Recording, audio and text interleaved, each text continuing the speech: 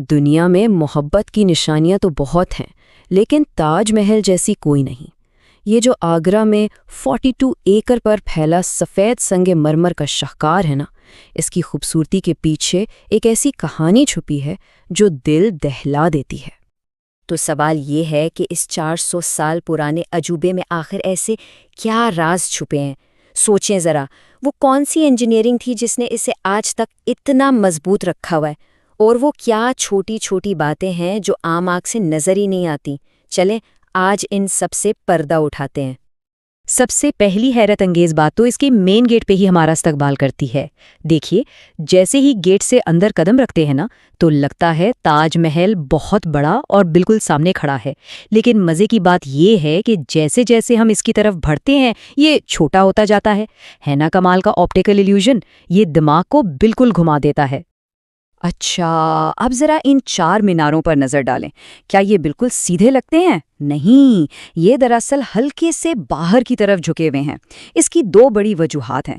ایک تو یہ کہ اگر انہیں بالکل سیدھا بناتے تو دور سے دیکھنے پر یہ اندر کی طرف جھکے ہوئے محسوس ہوتے، لیکن دوسری وجہ جو کہ بہت ہی زیادہ اہم ہے وہ ہے حفاظت، یعنی خدا نہ خواستہ اگر کوئی زلزلہ آئے تو یہ مینار باہر کی طرف گریں گے اور اصلی مقبرے کو کوئی نقصان نہیں پہنچے گا۔ کیا زبردست سوچ تھی!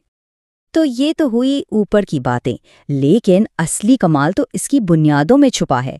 سوچنے کی بات ہے کہ دریائے جمنا کے کنارے اتنی نرم زمین پر اتنا بھاری سنگ مرمر کا مقبرہ آخر کھڑا کیسے کیا گیا؟ یہ اس وقت کا سب سے بڑا انجینئرنگ چیلنج تھا۔ تو مغل انجینئرز نے کیا کیا؟ انہوں نے ایک بہت ہی شاندار حل نکالا۔ پہلے تو انہوں نے زمین میں گہرے کنویں کھودنا شروع کیے اور کھودتے گئے جب تک کہ نیچے سخت خشک مٹی نہیں آ گئی۔ پھر ان سارے کنووں کو پتھروں اور ملبے سے بھر دیا اور پھر اس مضبوط بیس کے اوپر انہوں نے پتھر کے بڑے بڑے کالم کھڑے کیے۔ یہی وہ بنیاد ہے جس نے تاج محل کو 400 سال سے تھام رکھا ہے۔ لیکن اتنی محنت، اتنی ذہانت، یہ سب صرف ایک عمارت کے لیے نہیں تھی۔ نہیں، یہ تو ایک ایسی محبت کی کہانی کو ہمیشہ کے لیے زندہ رکھنے کی کوشش تھی جو آج بھی مثالیں دیتی ہے۔ اور اس کہانی کی شروعات ہوتی ہے ایک 15 سال کے شہزادے سے۔ سال تھا 1607۔ شہزادہ خرم، جنہیں ہم آج شاہ جہاں کے نام سے جانتے ہیں، کی پہلی ملاقات ارجمند بانو بیگم سے ہوئی، وہی ممتاز محل۔ 5 سال بعد 1612 میں دونوں کی شادی ہو گئی۔ پھر 1628 میں شاہ جہاں مغل سلطنت کے بادشاہ بنے۔ سب کچھ بہترین چل رہا تھا، لیکن پھر 1631 میں ایک ایسا سانحہ ہوا جس نے سب کچھ بدل دیا۔ ممتاز محل کا انتقال ہو گیا۔ دیکھیں، شاہ جہاں کی اور بھی بیویاں تھیں، 6 بیویاں، لیکن ممتاز محل کی جگہ کوئی نہیں لے سکا۔ وہ صرف ان کی بیوی نہیں تھی، بلکہ ان کی سب سے قریبی دوست، ان کی مشیر تھیں۔ کہتے ہیں کہ سلطنت کا کوئی بھی بڑا فیصلہ ان کے مشورے کے بغیر نہیں ہوتا تھا۔ ان کا رشتہ بہت گہرا تھا۔ اور پھر وہ وقت آیا جس نے تاریخ بدل دی۔ ممتاز محل کی موت نے شاہ جہاں کو اندر سے بالکل توڑ دیا تھا، اور اسی گہرے دکھ میں انہوں نے ایک وعدہ کیا، ایک ایسا وعدہ جو تاریخ میں ہمیشہ کے لیے امر ہو گیا۔ سال 1631 اپنے 14ویں بچے کو جنم دیتے ہوئے ممتاز محل اس دنیا سے چلی گئیں۔ شاہ جہاں پر تو جیسے قیامت ہی ٹوٹ پڑی۔ تاریخ بتاتی ہے کہ اس غم میں صرف ایک رات میں ان کے بال سفید ہو گئے تھے۔ ان کے لیے تو جیسے پوری دنیا ہی ختم ہو گئی تھی۔ مرنے سے پہلے ممتاز محل نے شاہ جہاں سے صرف ایک خواہش کا اظہار کیا۔ انہوں نے کہا کہ ان کی قبر پر دنیا کا سب سے خوبصورت مقبرہ بنایا جائے۔ بس یہی ایک وعدہ شاہ جہاں کی باقی زندگی کا واحد مقصد بن گیا، اور اس مقصد کو پورا کرنے کے لیے انہوں نے پوری مغل سلطنت کی طاقت اور دولت جھونک دی۔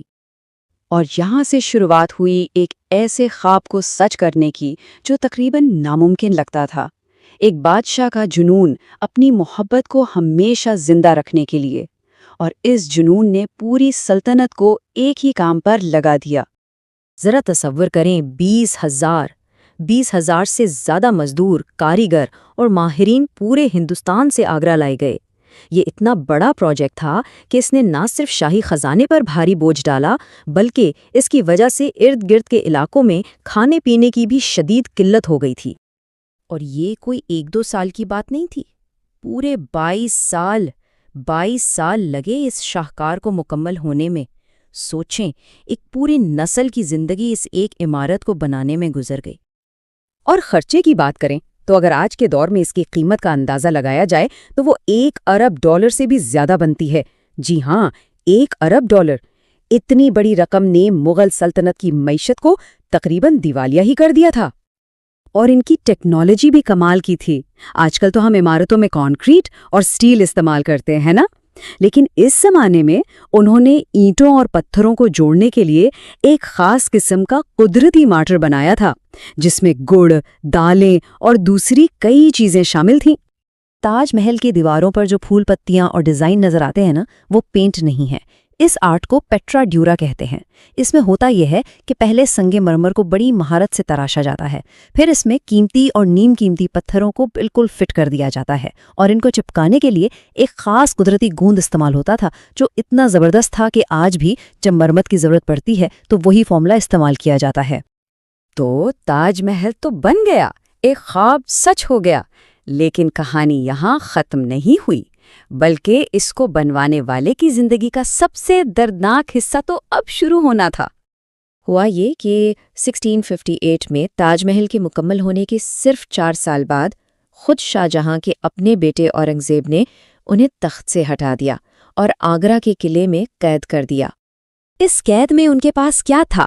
بس ایک کھڑکی، اور اس کھڑکی سے نظر آتا تھا تاج محل، ان کی زندگی کی سب سے بڑی کامیابی، ان کی محبت کی نشانی۔ اب وہ اسے صرف دور سے دیکھ سکتے تھے۔ یہ ایک ایسی اذیت تھی جو شاید موت سے بھی زیادہ تکلیف دہ تھی۔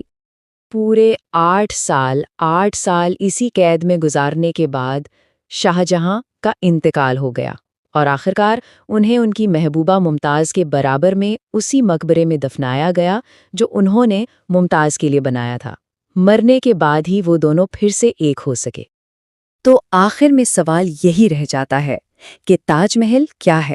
کیا یہ محبت کی ایک لازوال نشانی ہے، یا پھر ایک بادشاہ کی خوبصورت لیکن دل دہلا دینے والے جنون کی کہانی؟ اس کا جواب شاید ہر کسی کے لیے مختلف ہے۔